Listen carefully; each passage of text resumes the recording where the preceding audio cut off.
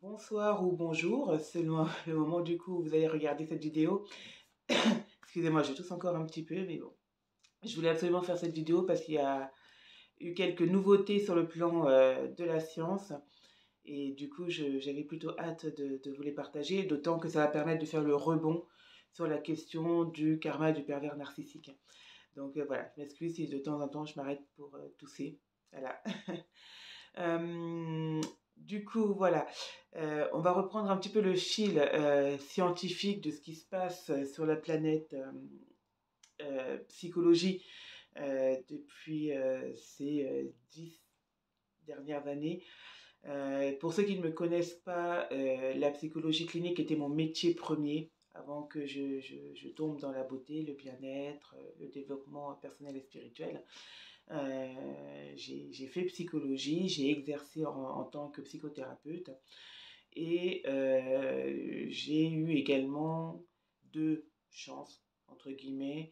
La première est que quand j'étais en master, ce qu'on appelait à l'époque le master de psychologie clinique à Nancy, on devait trouver un stage et j'avais fait mon stage, moi, à l'hôpital psychiatrique de Saint-Nicolas-de-Port, qui n'est plus actif de la même façon aujourd'hui, mais en tout cas, j'avais fait mon master psychologie là-bas et c'était une année qui traitait de la perversion. Voilà. Donc pendant une année, on avait essayé de comprendre ce que c'était comme pathologie ou autre. Et déjà à l'époque, on nous disait que c'était un trait de personnalité, c'était une structure de personnalité et que les personnes qui étaient atteintes de cette structure, en tout cas qui portaient cette structure, ne pouvaient pas changer. Donc l'objectif n'était pas tellement de les changer, mais de voir comment on pouvait les canaliser. Donc c'était juste très compliqué, parce que déjà il fallait détecter euh, cette perversité chez le patient, et bon, on était encore un petit peu au balbutiement. Et je me souviens que, parce que j'arrivais toujours pas vraiment, moi, à établir des diagnostics, enfin, je me faisais avoir à chaque fois en tout cas, j'avais fini par demander à mon enseignant comment lui il faisait, enfin, parce que, effectivement, à chaque fois, il me disait, mais si, regarde là, là, là, là. Et il avait eu cette réponse à l'époque qui m'avait surprise, et voilà, hein, vous avez la jeune vingtaine, vous voulez des vraies réponses, et on vous dit bah, le pervers narcissique, tu comprendras vraiment une fois que tu en auras rencontré un dans ta vie. Voilà, donc c'était pas une réponse très universitaire, c'était pas une réponse qui m'a beaucoup aidée, et en fait, du coup, voilà.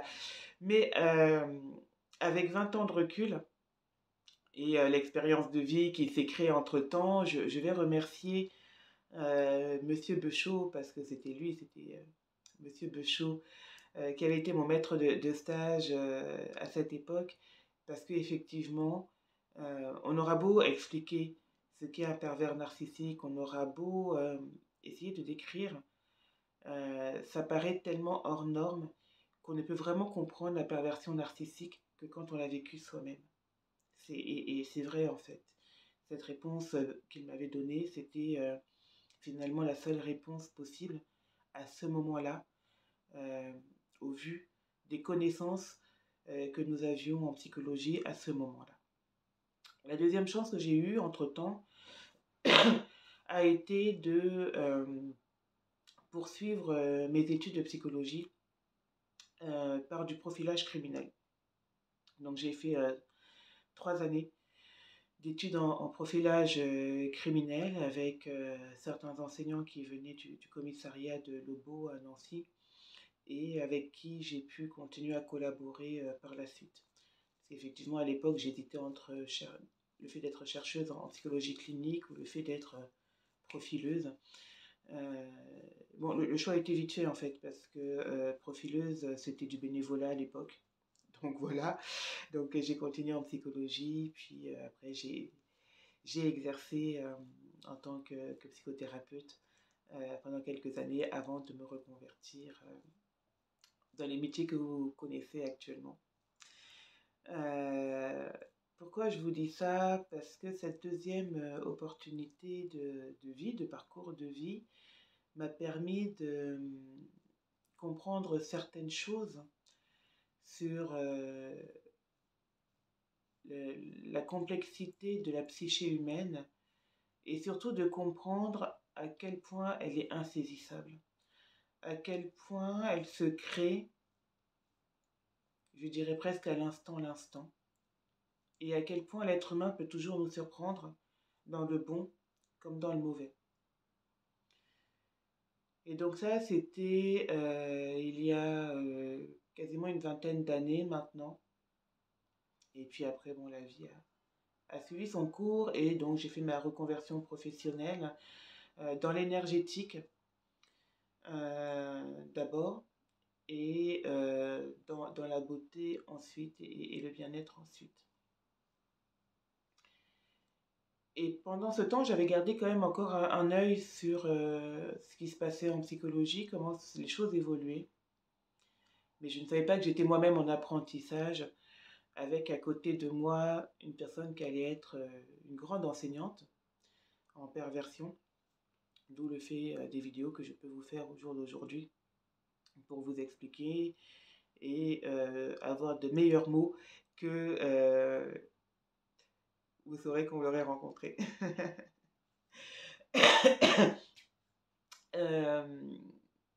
Donc voilà un petit peu, parce que c'est vrai que je me suis rendu compte aussi que je vous ai jamais expliqué d'où je pars et comment j'en arrive à vous faire des vidéos au jour d'aujourd'hui. Et voilà, donc ça c'est fait. Et ça va vous expliquer aussi quelles sont ces nouvelles sur la planète Psy qui viennent aussi peut-être éclaircir certains débats, voire même faux débats, que l'on retrouve encore dans les discussions, je dirais presque des discussions de comptoir, à savoir si on peut guérir de la perversion narcissique, à savoir si le fait d'avoir un parent pervers narcissique fait qu'on va forcément être pervers narcissique. Eh bien, il y a quelques études maintenant qui répondent à ces questions et de manière scientifique.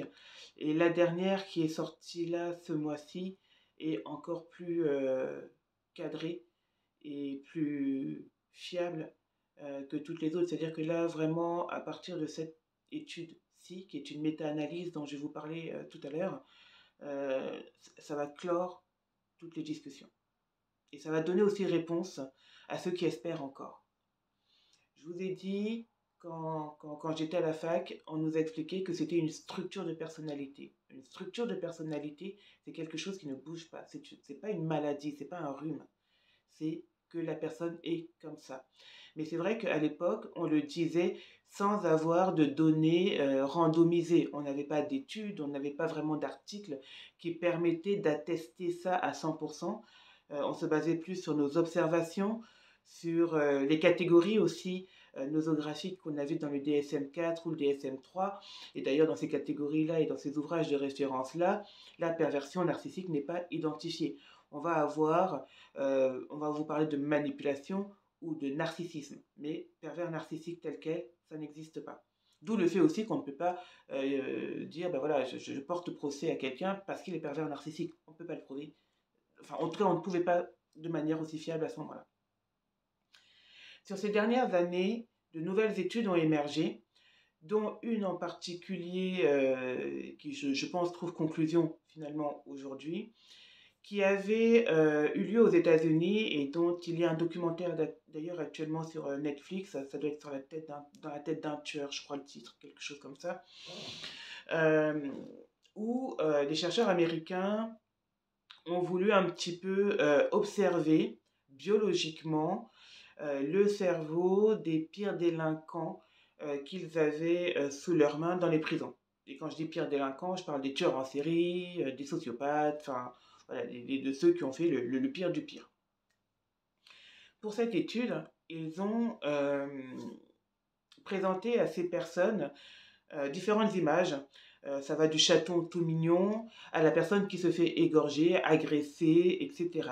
Et en fait, sur leur population d'études, ils se sont rendus compte que les personnes à fort narcissisme négatif, donc très très toxique, n'avait aucune réaction physiologique. Le cerveau ne s'allumait pas.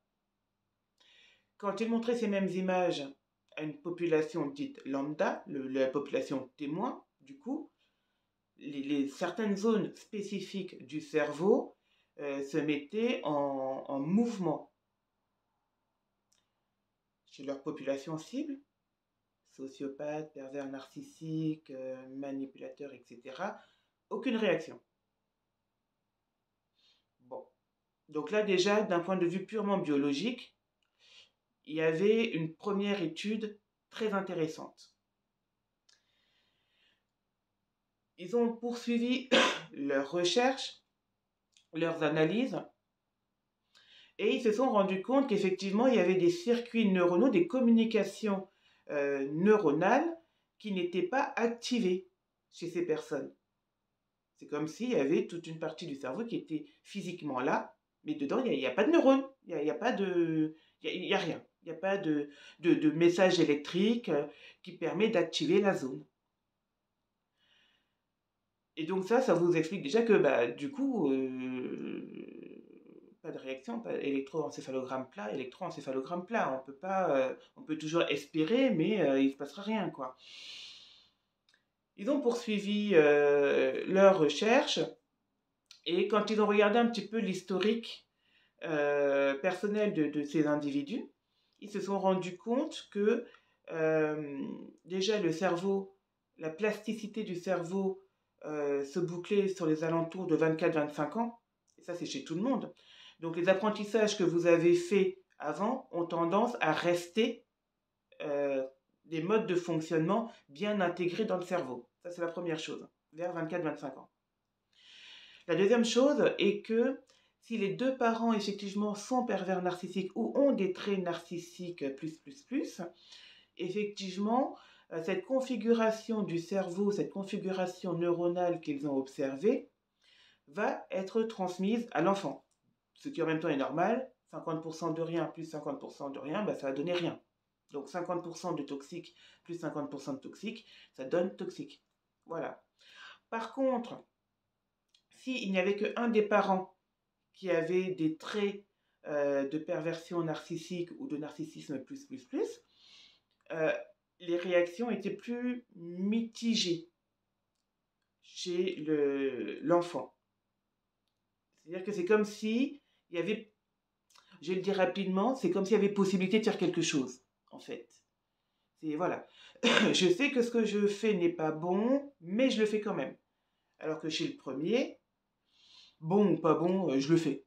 Voilà. Ça vous donne, de manière un peu schématisée, les résultats de cette première grosse étude qui a donné une bonne piste déjà sur le plan biologique et surtout sur la chimie du cerveau des personnes narcissiques Je ne parle pas du narcissisme qu'on a tous un petit peu.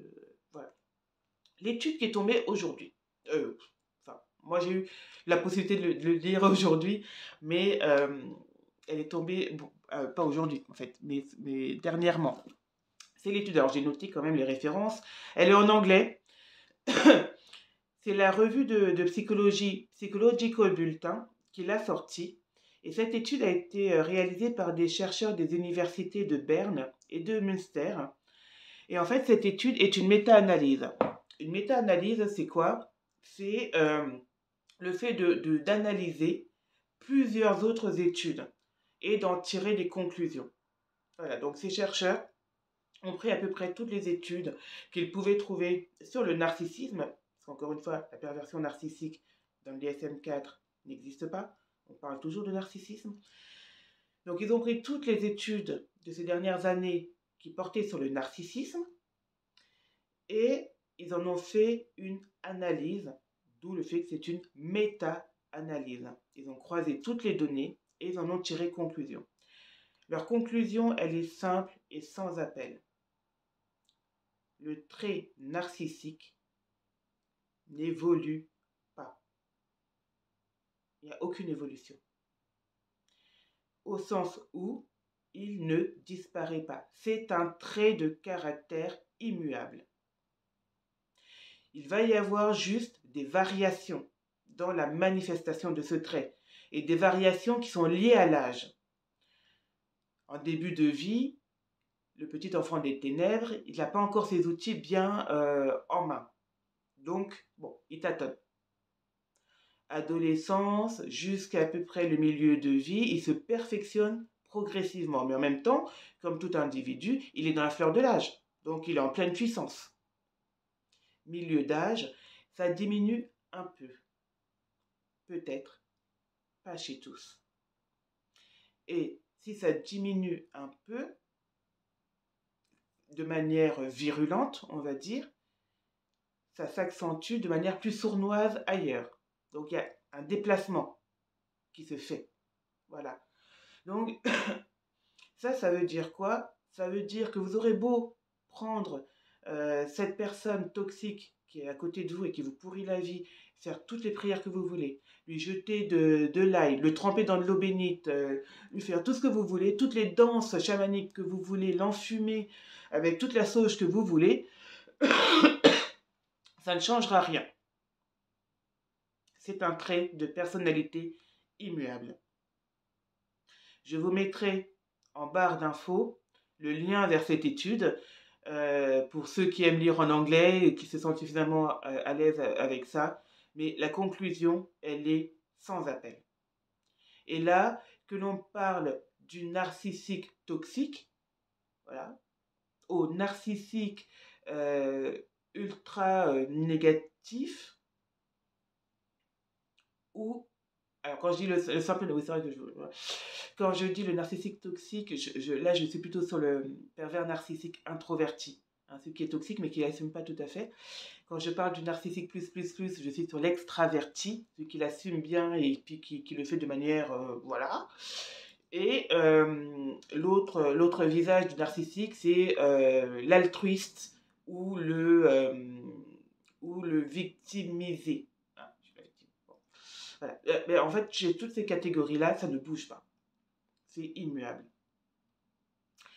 Et cette étude, voilà, elle coupe court à toutes ces conversations du est-ce qu'il va guérir, est-ce que ça peut se soigner, est-ce que... Bah, non.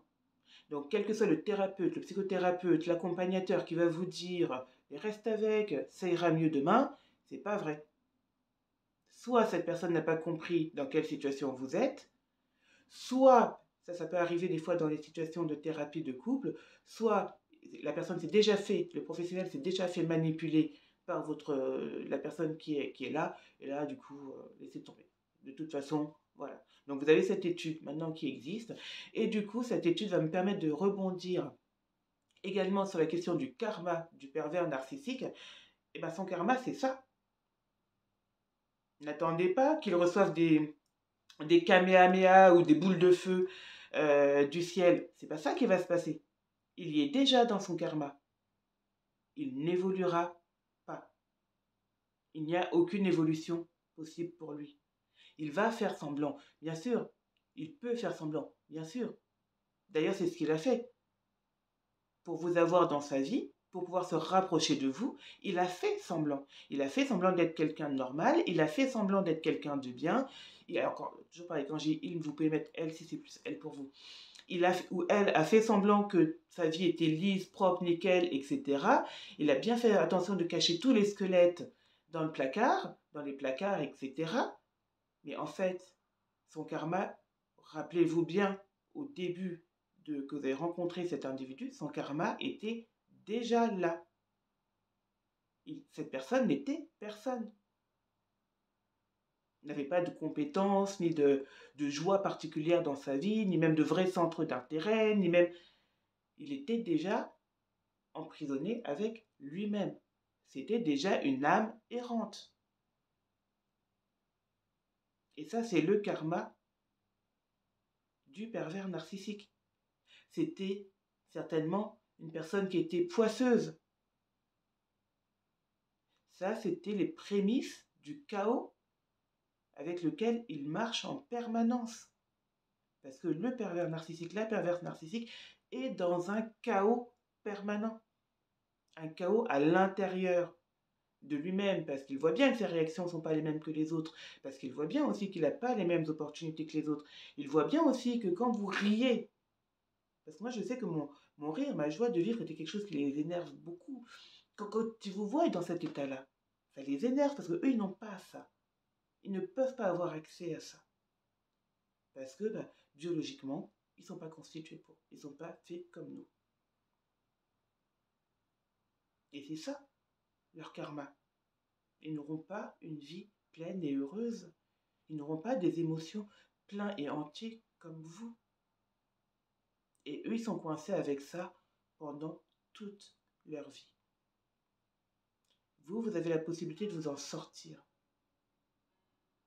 de reconstruire votre vie et de mettre l'espoir, plutôt que d'aller prier pour que cette personne change, prier pour vous, pour avoir la force de sortir de cette situation et de vous construire une vie meilleure après.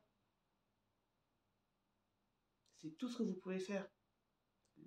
Et leur autre karma, ça sera de vous avoir perdu. Et de retourner dans leur vide intérieur.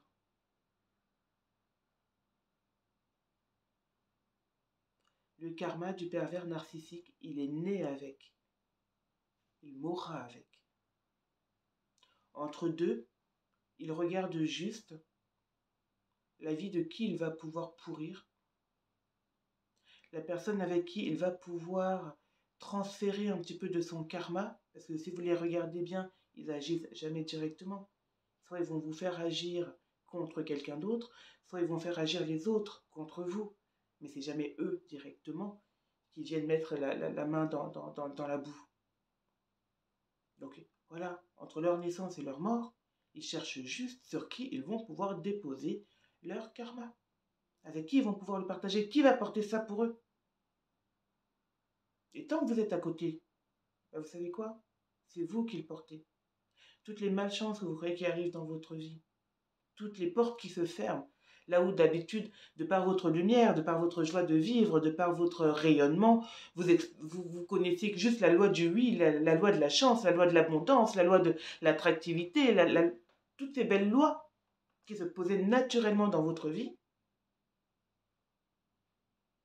Tant que vous êtes à côté de ces individus, ces lois ne s'expriment plus dans vos vies.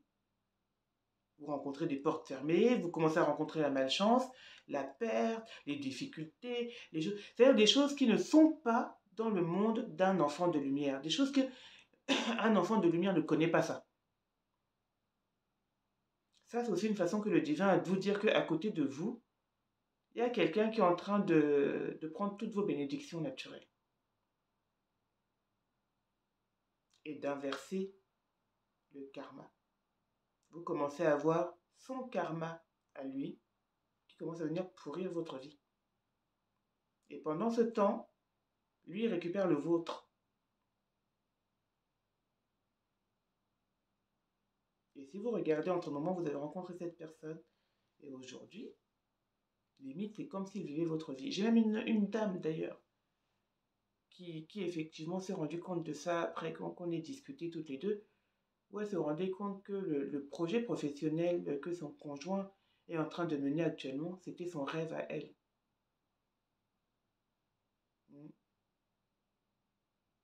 Et elle se sentait épuisée. Et elle était venue me voir parce que elle avait cru que son conjoint avait fait quelque chose avec la voisine, parce que lui-même avait insinué ça en fait dans sa tête. Et donc elle s'en était un peu prise à la voisine avant de comprendre qu'elle s'était fait manipuler. Et que du coup, il avait réussi à la faire passer pour une folle face à la voisine. Vous voyez? Le fou, c'est lui au départ. Le poisseux, c'est lui au départ. Mais il l'a tellement vampirisé qu'il a réussi non seulement à lui prendre son projet de vie, donc son étoile, sa mission, et à la faire passer pour une folle auprès du voisinage. Donc là, on est en train de travailler pour lui donner l'énergie pour renverser la vapeur et reprendre son étoile, reprendre sa vie et lui rendre à lui son karma. Mais c'est ça, le karma et le pervers narcissique. Il naît dedans, il mourra avec. Et c'est un candidat même naturel pour ça.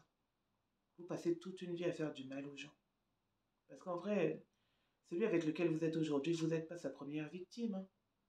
Avant d'arriver à vous et d'avoir pu attraper même quelqu'un comme vous, il s'est entraîné avant. Des squelettes dans le placard, il en a beaucoup. Sauf qu'à votre niveau, à vous, il s'est déjà suffisamment perfectionné pour pouvoir vous mettre sous emprise. Il a juste perfectionné ses outils entre-temps, c'est tout. C'est tout. Mais vous ne pouvez pas, pendant toute une vie, faire du mal à quelqu'un, faire du mal aux gens autour de vous et bien finir.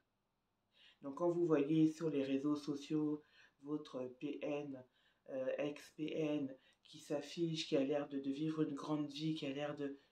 C'est du fake. C'est exactement le même fake avec lequel il vous a eu au départ. C'est juste un jeu d'image. Et c'est un jeu d'image qui a deux fonctions. Un, essayer de vous atteindre vous, pour vous faire croire que tu as vu, même sans toi, voilà. Et de deux, essayer d'attirer une nouvelle proie. Et oui, il faut bien qu'il trouve quelqu'un d'autre à vampiriser après vous. Donc il faut bien qu'il montre des images de lui ou de elle au top de sa vie. Mais c'est que du fake. Ce n'est qu'un jeu d'acteur. C'est l'araignée qui tisse sa toile pour essayer d'attraper un moustique. C'est tout. C'est tout. Ne vous laissez pas prendre là-dedans. Il n'y a rien. Il n'y a rien. Et ne réagissez même pas. Et arrêtez aussi de poster des trucs genre « Oh, ma vie est trop dure. Oh, ma vie... » Laissez ça. Si vous avez des choses à poster, postez-vous sur les réseaux sociaux en train de vivre votre meilleure vie ou alors ne postez rien. Si ce n'est pas que vous êtes en train de vivre pleinement quelque chose qui vous amène du baume au cœur, ne postez rien. Et les jours où ça fait mal, ne le montrez pas. Allez pleurer dans la chambre, allez pleurer dans la salle de bain, mais ne le montrez pas. Même pas à vos enfants. Parce que les premières choses que les PN utilisent après la séparation sont les enfants. Donc même vos enfants ne doivent pas savoir si ça va ou si ça va pas. Tout va bien. Tout va bien. Vous avez envie de pleurer? Allez dans la chambre. Allez dans la salle de bain. Vous pouvez pas? Mettez la musique que vous préférez. Dansez. Ramenez la joie. Gardez vos larmes à l'intérieur et vous les libérerez après. Parce que ce que vous vivez à ce moment-là, ce n'est pas votre karma. Ce n'est pas votre karma. Ça fait mal, oui. Vous avez mal et vous avez besoin de pleurer. C'est normal. Vous êtes des êtres humains. Et c'est pour ça que, pour moi, PN est un être. Vous, vous êtes des êtres humains. C'est une grande différence entre les deux. Et d'après les deux études que je vous ai mentionnées, vous comprenez pourquoi maintenant, même d'un point de vue purement scientifique. La différence entre un être et un être humain. PN est déjà dans son karma. Il est né avec. Il vit avec tous les jours. Tous les jours. Et ça, jusqu'à la fin de sa vie. Il ne peut pas rire comme vous. Il ne peut pas avoir des moments de répit comme vous. Ces moments où vous êtes avec des amis, vous passez un vrai bon moment à l'intérieur qui vous remplit. PN ne connaît pas ça. Il n'est habité que par le vide en lui. Il n'a pas les émotions. C'est ce que a dévoilé la première étude dont je vous ai parlé. Il n'y a pas les communications neuronales qui permettent d'avoir les émotions.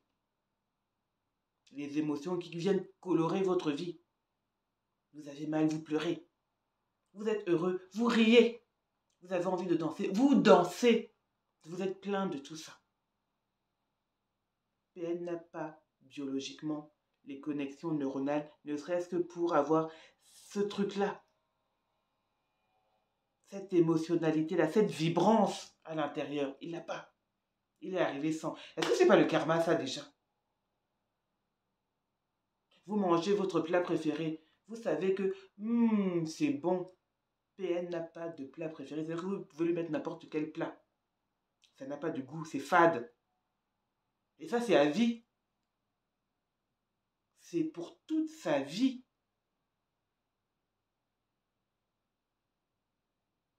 Donc vraiment, les personnes qui attendent que PN reçoive son karma pour se réjouir et vivre, vous allez attendre longtemps, vous allez mourir avec lui. Pour de vrai, vous allez mourir avec lui.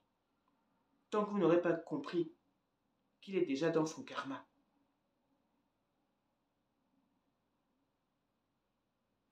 Vous dormez tranquillement. PN ne dort pas. Est-ce que vous savez que les PN ne dorment pas? Ils ne dorment pas. PN ne dort pas. Ils ne dorment jamais. Ils ont tous des troubles du sommeil. Pourquoi? Vous pouvez faire autant de mal à quelqu'un, à autant de personnes dans toute votre vie et dormir tranquillement. Vous ne pouvez pas. Et c'est pour ça que très souvent, vous allez les entendre croire que les autres veulent les tuer, que les autres leur veulent du mal, que les autres... Mais oui, ils savent très bien qu'il y a tellement de cadavres dans le placard derrière eux là, que n'importe quel cadavre peut sortir de ce placard et venir les frapper. PN ne dorment pas. Ça, les troubles du sommeil, les troubles de l'endormissement, on avait déjà cette donnée-là par contre. Ils ne dorment pas. Et d'ailleurs, quand on regarde le niveau au-dessus de PN, les sociopathes, etc., à quel moment ils commettent le plus de leurs méfaits? La nuit. C'est pas juste une question que parce qu'il fait noir, ils sont plus cachés, ils sont plus tranquilles, etc. Non, parce qu'eux, ils dorment pas. Ils ne dorment pas. Donc la nuit, pour eux, ça va. Comme on dit, de toute façon, le diable ne dort pas. Dieu a créé le monde et il a dit que le dimanche, il se repose. Dieu donne un jour de repos. Le diable, lui, il n'a jamais dit ça. Il n'a pas dit qu'il y a un jour de repos dans les enfers. Il n'a jamais dit ça. C'est tous les jours, à chaque seconde. Le diable ne dort pas. Et elle va dormir, pourquoi? Donc ça aussi, c'est son karma.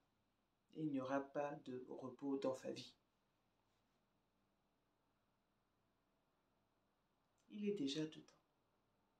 Qu'est-ce que vous faites encore à côté de lui? À prier pour lui. Vous allez vous prier pourquoi?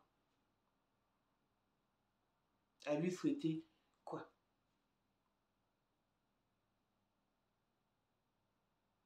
Ceux qui me connaissent savent que je suis spirituelle, je ne suis pas biblique, mais j'aime quand même certaines phrases. Il y en a deux. Une qui vient de la Bible et une qui vient du bouddhisme japonais que j'ai pratiqué très longtemps. La première, vous la connaissez toutes. C'est l'histoire de Caïn et Abel. Quand l'un a tué son frère, Dieu a dit, tu erreras sur cette terre et personne ne voudra de toi. Et tu ne trouveras jamais le repos. Voilà la malédiction du PN. C'est un maudit. C'est un descendant de Caïn. C'est un maudit. Et son karma commence là. Tu erreras sur cette terre et tu ne trouveras jamais le repos. C'est biblique.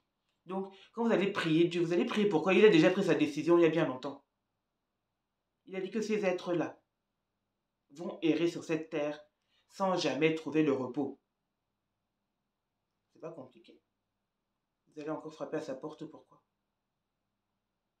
La deuxième phrase vient donc du bouddhisme japonais, Nichiren Daishonin, où il dit que ceux qui s'en prendront aux pratiquants du sutra du lotus, c'est-à-dire les pratiquants du sutra du lotus sont ceux qui honorent la vie. Donc, ceux qui s'en prendront aux pratiquants du sutra du lotus finiront sur cette terre avec la tête brisée en 7 morceaux.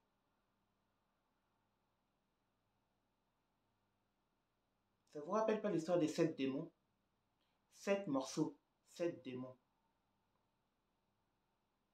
Donc même le bouddhisme qui est une religion, on va dire, pacifique, ça a déjà décidé aussi pour eux. Ceux qui s'en prennent aux enfants de lumière finissent avec la tête brisée en 7 morceaux. Et très souvent, c'est d'ailleurs ce qui finit par se passer pour PN. Il finit par avoir la tête brisée en 7 morceaux. C'est-à-dire que c'est la folie. À un moment donné, c'est vous, enfant de lumière, vous faites bien votre travail, c'est la folie qui va l'atteindre. La folie, pourquoi? Parce qu'il ne vous a pas tué. Il va être fou de ne pas vous avoir tué. C'est pas qu'il est fou d'amour, hein, non. Il est fou de pas vous avoir tué. Mais c'est pas que vous l'avez rendu fou, c'est-à-dire que vous avez juste encore donné un peu de sel à son karma, c'est tout. Mais c'est pas vous qui l'avez détruit.